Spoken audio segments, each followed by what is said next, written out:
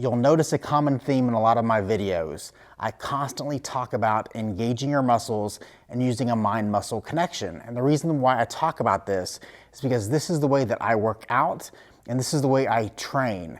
Why do I train this way? I train this way because you get more from your workouts when you think about activating the target muscle that you're working during each lift. And the way you do this is by focusing on that muscle and focusing on making that muscle do all of the work throughout the entire range of motion. And you do this by literally connecting your mind to the muscle and thinking about the contraction the entire time. I've received several questions lately on social media, and also I get this question from my clients a lot. Why do I shake and why do I tremble when I work out this way? And if you don't know what I'm talking about, then you've probably never experienced lifting using a mind-muscle connection, because if you've done this correctly, you will universally experience this. And there's 3 reasons why you're going to experience this trembling or this shaking, and it's a good thing. If I stand here and I just move my arm like this looks pretty smooth.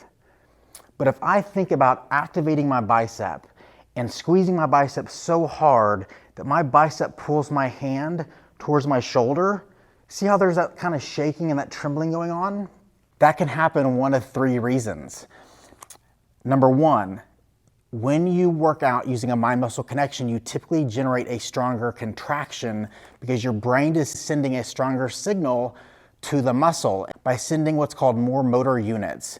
And those motor units are sending a signal to the muscle to contract. And the more you think about engaging that muscle and visualizing it, the more motor units are sent. This results in a stronger contraction. If you're a beginner and you're new to exercise, there's a lot of neural adaptation that has to happen as a result of this. So essentially your brain has to figure out, how do I orchestrate this kind of contraction? Because all of a sudden it's going from something that used to be just this simple movement to now I'm really thinking about engaging this muscle that I don't even know how to work. There's a learning process and there's a learning curve. And this is called a neural adaptation. And this adaptation is basically your brain trying to orchestrate these signals that are being sent. And as a result of this orchestration process, asynchronous signals can be sent. And this asynchronization of the signal can result in this trembling effect. Not only is it a result of increased signal strength, it can also be a result of asynchronous signal sending if you're new to exercise. And then thirdly, it can be a result of muscle fatigue. So since you're engaging your muscle more and you're sending a stronger signal, your muscle is going to fatigue more, right? Well, as a result of the fatigue, this also creates shaking. So it's kind of a 3-part thing, and it's all a result of a stronger signal. And that is, a stronger signal is going to make your muscle fatigue quicker.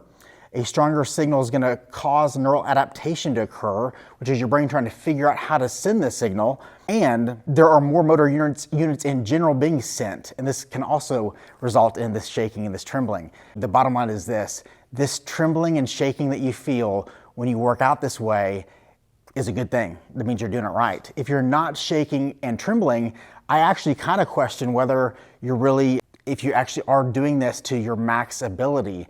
So embrace it and kind of feel through, how do I create this feeling? Because this feeling is exactly what I'm trying to do, which is create max effort and max fatigue, because it's through that fatigue that you're going to cause muscle damage. And this muscle damage is what makes the muscle rebuild and repair to get stronger.